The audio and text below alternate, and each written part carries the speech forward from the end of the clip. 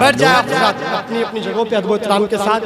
آپ تشریف لا رہے ہیں کمر اہل سنت خلیفہ حضور تاج الشریعہ عشق و عقیدت کی زمین پر عشق اعلیٰ حضرت کا شجر اگانے والے اس عہد کے لفظ شناس خطیب جنہیں خطیب مسلک اعلیٰ حضرت کہا جاتا ہے، جو در حقیقت سرکار تاج الشریعہ کی دعاؤں کا اتربیز مجموعہ ہے. دور موجودہ میں ان کا شمار بڑے بڑے خطبہ اہل سنت میں ہوتا ہے، جن کی خطابت میں رنگ ہے، چاشنی ہے، جدید طرز فکر کی آمیزش ہے، جن کے الفاظ خطابت میں حسن ہے، پرکاری ہے، جوش ہے، ولولہ ہے، جدت ہے، جو عصر حاضر کے پیلاس مبلغ و معید ہے. میری مراد شہر یار خطابت نابہار فصاحت و بلاغت خلیفہ حضور تاج الشریعہ امر اہل سنت کئی کتابوں کے مصنف حضرت اللہ مولانا مفتی قمر الزمان صاحب قبلہ تشریف لا رہے ہیں. آئیے حضرت کا استقبال کرتے ہیں.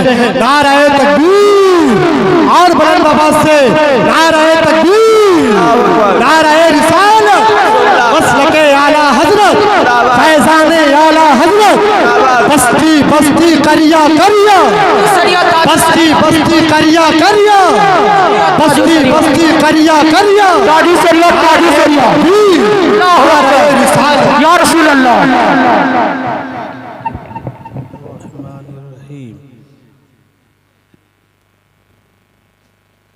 خلق الموت والحیات لیبلوکم ایکم احسن عملا. آمنت باللہ صدق اللہ العظیم وصدق رسولہ النبی الامین الکریم ونحن علی ذلک لمن الشاہدین والشاکرین والحمد للہ رب العالمین. آئیے محبتوں کے ساتھ جھوم کر اپنے نبی کی بارگاہ میں درود کا نذرانہ پیش کر لیں اور پڑھیں اللہم صلی علی سیدنا و شفیعنا و نبینا و مولانا محمد معدن الجود والکرم وانبع العلم والحلم والحکم بارک وسلم صلو علیہ صلاة و سلاما علیک یا رسول اللہ صلی اللہ علیہ وسلم. اے بیٹا یہ ویڈیو بند کر دو اور آڈیو شروع کر دو، آواز صرف کیچ کرو، ویڈیو بند کرو. ایک بار اور درود شریف پڑھیے. اللہم صلی علی سیدنا و شفیعنا و نبینا و مولانا محمد معدن الجود والکرم وانبع العلم والحلم والحکم بارک وسلم صلو علیہ صلاة و سلاما علیک یا سیدی یا حبیبی یا رسول اللہ صلی اللہ تعالی علیہ وسلم. آج کا یہ خوبصورت اجلاس و پاکیزہ محفل جس میں ہم اور آپ حاضر ہو کر اپنی آخرت کی زلفوں کو سنوار رہے ہیں، شاعر اہل سنت حضرت اکمل وحشالوی کے والد گرامی جناب عبدالغفور صاحب کے ایصال ثواب کے لیے منعقد ہے. دعا فرمائیں کہ اللہ پاک انہیں کروٹ کروٹ جنت عطا فرمائے. کافی دیر سے آپ لوگ نعت و منقبت کے اشعار سماعت کر رہے ہیں اور مجھ سے پہلے ایک بہت اچھی مختصر مگر جامع تقریر خطیب باوقار حضرت مولانا غلام جیلانی صاحب جامعی سے سماعت فرما لی. تھوڑی دیر میں آپ کے سامنے ہوں، پھر اس کے بعد اچھے سے اچھے شاعر اور اچھے سے اچھے خطیب تشریف لائیں گے. بس جتنی دیر میں آپ کے سامنے ہوں پوری توجہ آپ رکھیں. ظاہر ہے کہ یہ ایصال ثواب کی محفل ہے، اسی حوالے سے میں آپ تک کچھ باتیں پیش کروں گا. اللہ تبارک و تعالی نے اپنی مقدس کتاب قرآن عظیم میں ارشاد فرمایا کہ خلق الموت والحیات، اللہ پاک نے موت کو پیدا کیا اور حیات کو پیدا کیا۔ اور کیوں پیدا کیا؟ اس کی وجہ بھی خود رب قدیر آگے ارشاد فرما رہا ہے کہ ہم آزمائیں کہ تم میں کس کا عمل اچھا ہے۔ پتہ یہ چلا کہ دنیا میں جو ہم آئے ہیں، آنے کا مقصد آوارگی نہیں ہے۔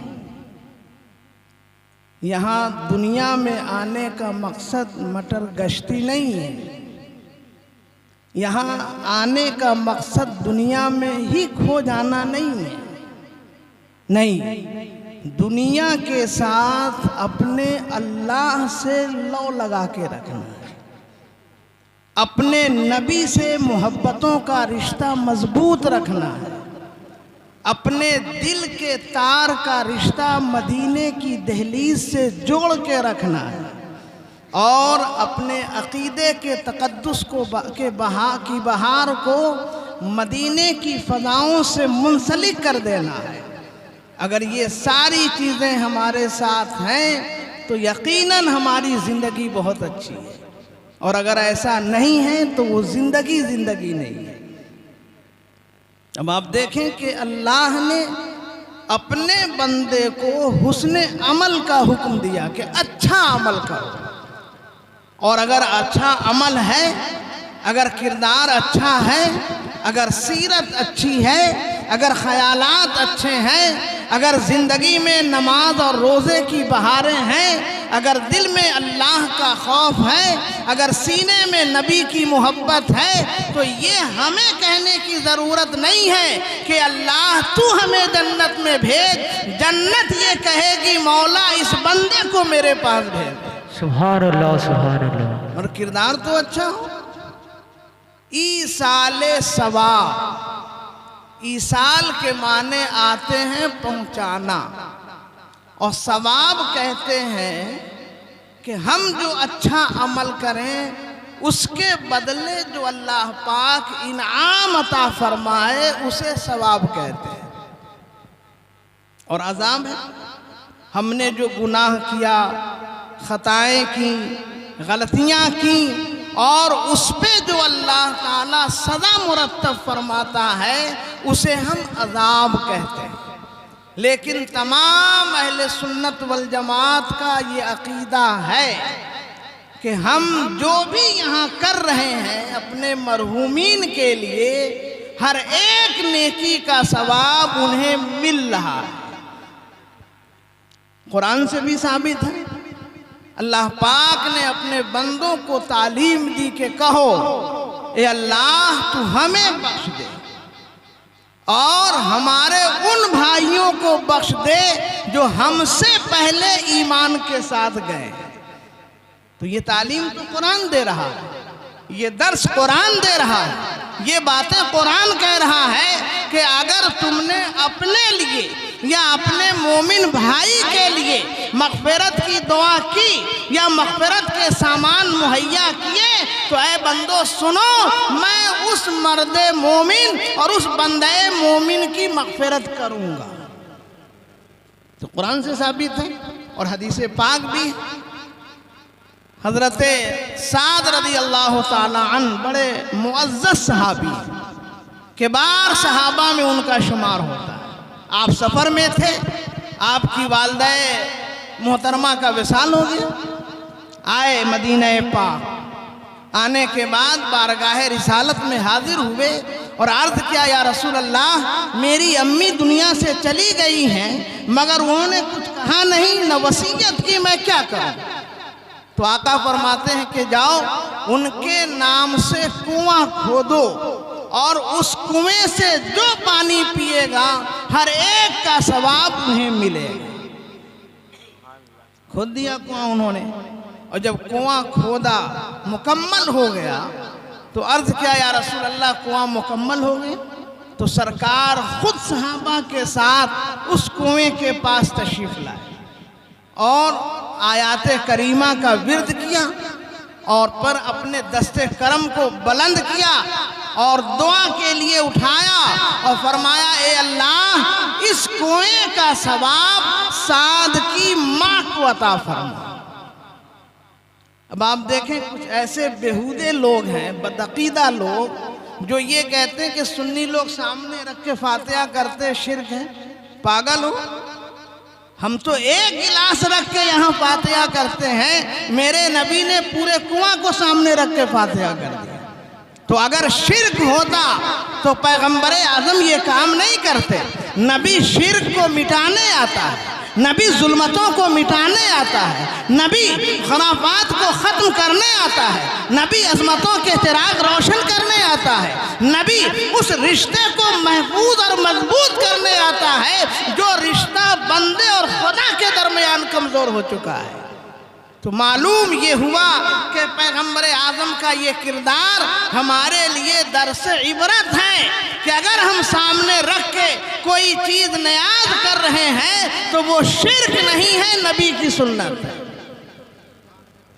تو ایصال ثواب، ثواب کا پہنچانا جو ہم کر رہے ہیں، یا تو آدمی خود اتنا کر کے گیا ہو کہ اسے اس کا ثواب مل رہا، لیکن اگر اس نے اپنے پیچھے عالم، حافظ، متقی، پرہیزگار اور صالح اولاد اگر اس نے چھوڑا تو وہ اولاد جو نیک کام کرے گی اس کا ثواب اسے ملے گا۔ بہت بڑے پائے کے ولی گزرے ہیں حضرت علامہ محی الدین ابن عربی، بڑے پائے کے ولی، لیکن افسوس یہ ہے کہ بہت کم عمر میں حضرت کا وصال ہو گیا۔ بہت پائے کے ولی، ان کی کتابیں دورہ حدیث میں پڑھائی جاتی ہیں، لیکن صرف 34 یا 35 سال کی عمر شریف میں ان کا انتقال ہوا، لیکن علم کا جواب نہیں تھا۔ آپ ایک محفل میں تشریف فرما ہے، ایک نوجوان آیا، چہرے پہ اضطراب اور بے قراری کی لہریں نمایاں تھیں۔ فرمایا بیٹا کیوں پریشان ہو؟ کہا کہ حضور ابھی میں نے مراقبہ کیا ہے۔ مراقبہ جانتے ہیں؟ نہیں جانتے ہیں۔ مراقبہ ایک منزل ہے عرفان کی۔ اللہ کے ولی کو اللہ پاک نے وہ عظمتیں دی ہیں کہ آنکھیں بند کرتے ہیں تو عرش اعظم دیکھ لیتے ہیں، اور صرف دیکھتے نہیں ہیں، جسے چاہتے ہیں عرش اعظم دکھا دیتے ہیں۔ یہ ان کا عرفان ہے، یہ ان کی روحانیت ہے، یہ ان کا تقدس ہے، یہ ان کے نگاہوں کا کمال ہے، یہ ان کے دل کی شادابی ہے، یہ ان کے فکر کی طہارت ہے، یہ ان کے احساس کی عظمتیں ہیں، اور ان کی زندگی کا باغپن ہے کہ تنہا عرش اعظم دیکھتے نہیں ہیں، اللہ نے یہ قدرت دی ہے کہ جسے چاہے عرش اعظم دکھا دے۔ سبحان اللہ سبحان اللہ۔ اضطراب ہے، بے چینی ہے، بے کیفی ہے، نوجوان پریشان ہے۔ حضرت علامہ محی الدین ابن عربی فرماتے ہیں پیارے کیوں پریشان ہو؟